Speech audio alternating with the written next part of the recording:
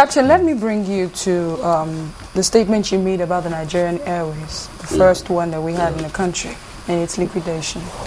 There was an account that was given that, highlighted the fact that government, how the attitude to government outfits are when the people do not have the zest to want to make money, because the drive to want to make money, unlike the private companies. Now, what is the place in driving forward? Because right now we have to start to look for how we channel all of this to the positive direction. What is the place of the federal government and the place of the private sector? The liquidation of the Nigerian Airways, the account that was given was that the federal government was very lackadaisical, and then the whole thing went off, and Nigerian Airways was liquidated. In our present day in the aviation industry, what is the place of the federal government and the place of the private sector? The federal government, I understand, is determined more than ever to have a national carrier. That is their stand. In the process of having a national carrier, I strongly recommend they have to settle their unfinished business with staff of Nigerian Airways. Because as we speak, in the aviation industry today, more than 60% of Nigerian Airways staff are embedded in Nigerian aviation. It's like you saying, what I have worked for you for 25 years, 30 years, you have not paid me. I'm on the street doing PP practice for airlines and for organization.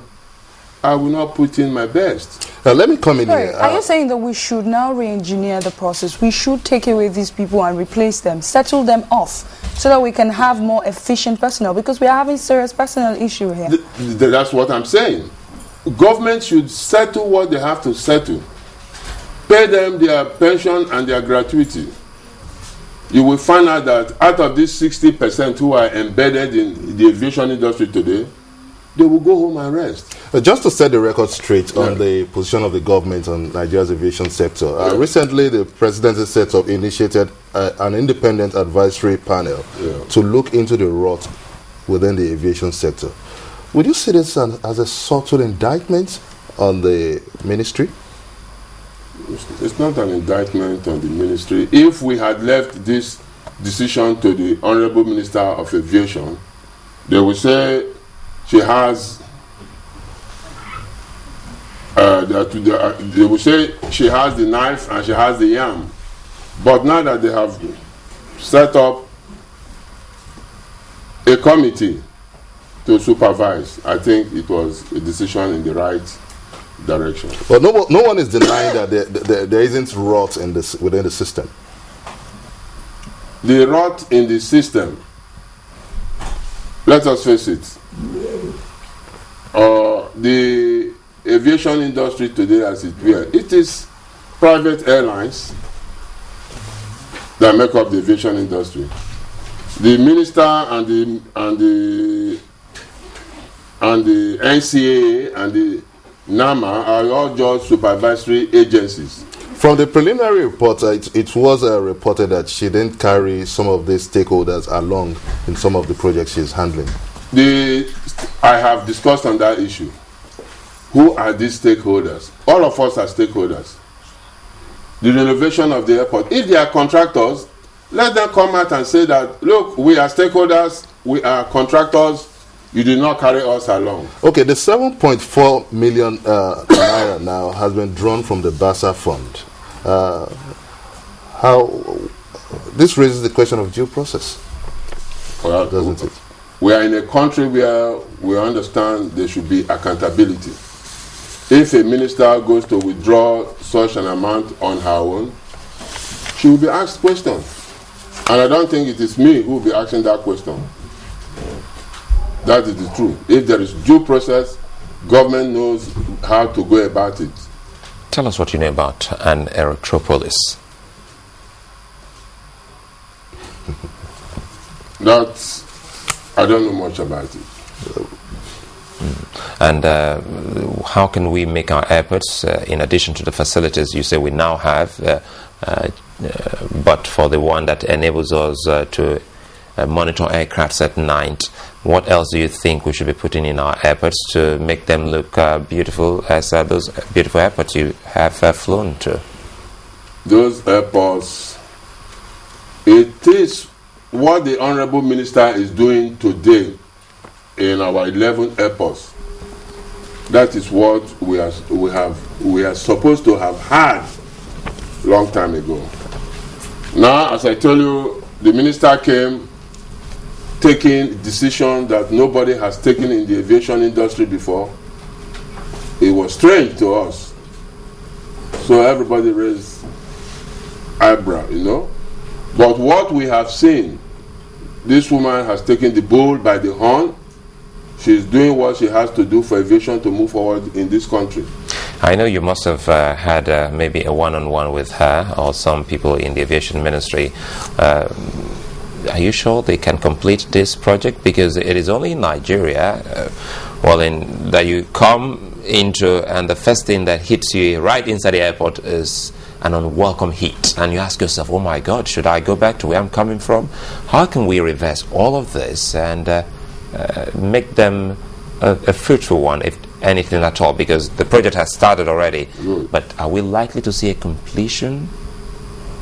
That is where my interest lies. This woman, for God's sake, I don't know her. I just saw her once in Abuja. She was sitting on the front row during this joint, committee in aviation they held in Abuja. I saw her once in the front row. I've not spoken with her.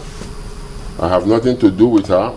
But what she is doing, that is why you see, that is why I'm not happy with the call of our people saying that they should stop work, probe the amount they are using for this renovation before they continue. Those are headwind solutions. It's going to slow us down because we don't want to be slowed down. We are in the right direction. We need tailwind solution to our problem. When we stop work, 1 year after, the contractors will now come and ask for what they call it.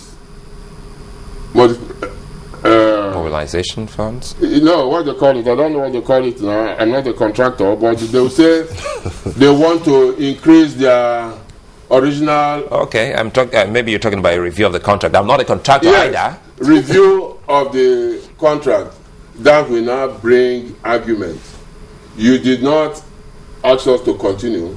You stopped us. Your government was investigating. Now you have finished investigation. Our price has gone up.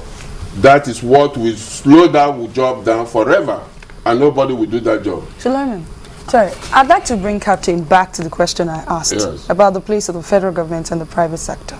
And you mentioned that we have some personnel in the industry at the moment that needs to be settled and needs to go home, which is a direct pointer to the fact that the personnel operating in the industry now are not they're not operating in their full capacity. Now, could you please, shed more light on that? Okay, what I mean by that, in the aviation industry today, we have more than 60% of ex-Nigerian Airways staff embedded in the aviation industry.